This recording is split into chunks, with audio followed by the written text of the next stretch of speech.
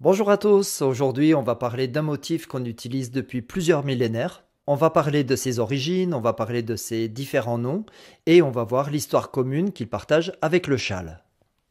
On connaît tous cet élément décoratif, mais on a souvent du mal à lui donner un nom et ça se comprend parce qu'il en possède plusieurs qui retracent son parcours. On l'appelle Paisley, le nom d'une ville écossaise, on l'appelle Cachemire, du nom d'une région indienne, mais son vrai nom c'est Boter. Boter, c'est un mot persan qui signifie buisson, parce que c'est de l'ancienne Perse qu'il vient, et qu'à l'origine, il symbolise une plante, certainement le cyprès sur lequel je vais faire prochainement une vidéo. Très utilisé dans la Perse ancienne, le boté était un symbole d'éternité chez les Zoroastriens. Sa forme, comme celle du cyprès, faisait le lien entre les vivants et les morts, mais elle pouvait aussi évoquer la forme de la flamme du feu sacré de leur culte. Le boté va être courant en Iran, traversant les siècles et les dynasties, des Sassanides aux Pahlavis en passant par les Qadjars, et il perdure en Iran ou en Afghanistan, dans les mosquées ou sur les tapis. Et c'est certainement à travers des échanges commerciaux et les invasions qu'il va rentrer en Inde et notamment au Cachemire où on l'appelle Bhuta, la région du Cachemire qui était et qui est toujours un grand centre de production de châles. Le mot châle, c'est un mot d'origine indienne ou persane. Châle, Traditionnellement, dans la zone indo-persane, le châle est un vêtement masculin qu'on porte autour de ses épaules pour se protéger du froid, et le Cachemire produit depuis longtemps les châles les plus doux et les plus chauds. Et ça, grâce à la laine de deux animaux différents.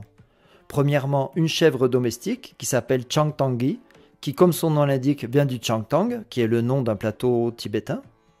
Les Cachemiris n'ont jamais eux-mêmes élevé cet animal, mais ce sont eux qui vont tisser les poils exceptionnellement fins de cette chèvre, tellement associée à cette région qu'en Europe on va finir par l'appeler la chèvre cachemire, et le tissu dont elle permet la production, on va l'appeler du cachemire. L'autre nom de ce tissu qu'on appelle pashmina, c'est pas non plus un nom local puisque pashm c'est un mot persan qui signifie laine. L'autre animal dont la laine produit un châle d'une qualité encore plus exceptionnelle est une antilope du Tibet qui a un poil encore plus fin que la chèvre cachemire, le poil le plus fin de tous les mammifères. C'est avec lui qu'on produit la laine appelée chatouche, qui en persan signifie le roi de la laine, chat signifiant le roi. Malheureusement, cette antilope ne peut être domestiquée et on doit la tuer pour obtenir sa laine, ce qui a évidemment mené l'espèce au bord de l'extinction. Des mesures de protection ont récemment permis de voir le nombre d'individus sauvages augmenter et la vente du chatouche est désormais interdite. Ces châles étaient très appréciés des Moghols, la dynastie musulmane qui va régner sur une partie de l'Inde du XVIe jusqu'au XIXe siècle, et depuis l'annexion du Cachemire par l'empereur Akbar en 1586, ces châles ont connu une grande réputation, notamment parce qu'ils étaient utilisés dans le système des cadeaux de cour qu'on appelle rila. C'était un ensemble de présents de valeur faits aux dignitaires de l'empire moghol en remerciement de services rendus, mais qu'on retrouvait aussi dans la diplomatie, dans ces échanges de cadeaux qui ont toujours accompagné les relations entre États. Le rila a été composé d'un ensemble de vêtements dont l'élément principal était un manteau ou une robe de cérémonie, une tradition du monde islamique qui remonte à la bourda que le prophète Mohammed avait donnée au poète Ka'b ibn Zuhayr. Et le rila mongol comportait aussi ces châles qui vont en devenir une pièce importante, tellement importante qu'il est un élément moteur dans l'explosion de la production de châles cachemiri. On avait désormais besoin de ces châles, de ces écharpes, pour récompenser les personnes importantes ou subalternes dans des rituels de reconnaissance de souveraineté ou de subordination, mais aussi dans des cérémonies de bienvenue. C'est encore une pratique courante en Asie que d'accueillir quelqu'un en lui passant une écharpe autour du cou, que ce soit dans le sous-continent indien ou au Tibet. Bref, le châle devient un objet indispensable à la cour moghole et il va faire son chemin en Asie.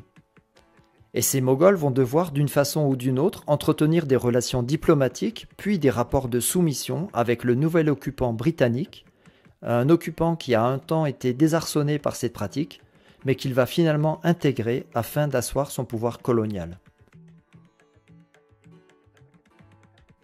Il y a plein de légendes autour de ces châles, des légendes qui en général sont fausses, ou tout du moins trop simples. Parmi elles, on dit que c'est Napoléon qui découvrit les châles en Égypte lors de son expédition et qu'il en offrit à l'impératrice Joséphine qui en fit la promotion en Europe. Pourtant, quand elle les reçoit, elle écrit à son fils Eugène « Je les trouve fort laids et je doute que cette mode ne prenne ». Elle finira quand même par en posséder plus de 150, alors que ces châles pouvaient coûter l'équivalent de plusieurs dizaines de milliers d'euros. Rapidement, toutes les dames de l'aristocratie sous influence napoléonienne se mirent à cette nouvelle mode importée que Napoléon déplorait. Dans ses mémoires sur Napoléon et Marie-Louise, le général Durand écrit que Napoléon détestait les châles et jamais on ne pouvait en garder en sa présence. Ceux du Cachemire qu'il souffrait bien malgré lui et dont il parlait souvent lui déplaisaient encore davantage. Ce fut pour les faire tomber qu'il en commanda à M. Ternaux, dont M. Isabey fit les dessins. Ils étaient certainement plus jolis à l'œil que ceux de l'Inde. Et ces dessins qui déplaisaient tant à Napoléon et à Joséphine de Beauharnais comportaient ces Paisley, des motifs qu'on voit très fréquemment sur les peintures d'époque. Et malgré l'importance que les châles prirent dans la noblesse et la bourgeoisie française du XIXe siècle, on sait aujourd'hui qu'ils avaient déjà été rapportés d'Inde par des particuliers, français ou britanniques depuis le XVIIe siècle. Les officiers et les employés de la East India Company en avaient offert à leurs épouses et aux aristocrates d'Angleterre, et devant leur prix exorbitant, les ateliers textiles de Lyon, d'Édimbourg ou de Norwich commencèrent à en faire des copies dès les années 1780. Et ce châle de prestige, qui était presque uniquement porté par des hommes en Inde, devient un objet exclusivement féminin en Europe.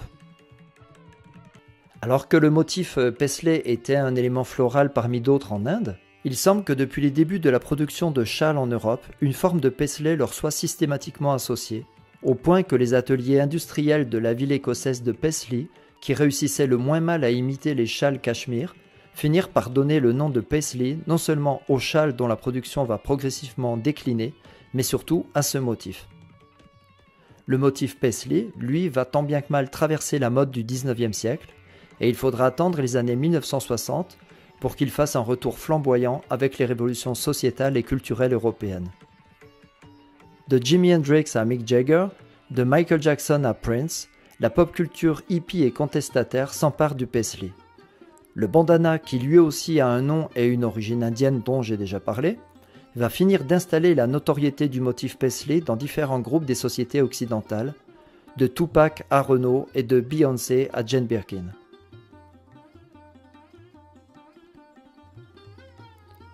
Depuis des décennies, le Paisley est devenu un motif international, des pañuelos mexicains aux pagnes africains, des abayas musulmanes aux kimonos japonais. C'est comme ça qu'on va le retrouver en Thaïlande, sur le désormais iconique tissu des pantalons au motif éléphant. Mais en Asie du Sud-Est, le Paisley avait déjà depuis longtemps atteint les côtes de l'Indonésie, où on va le retrouver sur les batiks et les ikat. Ce sont les marchands indiens ou persans qui avaient introduit ce motif à Madura, à Java ou à Sumatra, où il est connu sous le nom de keme ou keang, qui signifie conque ou escargot.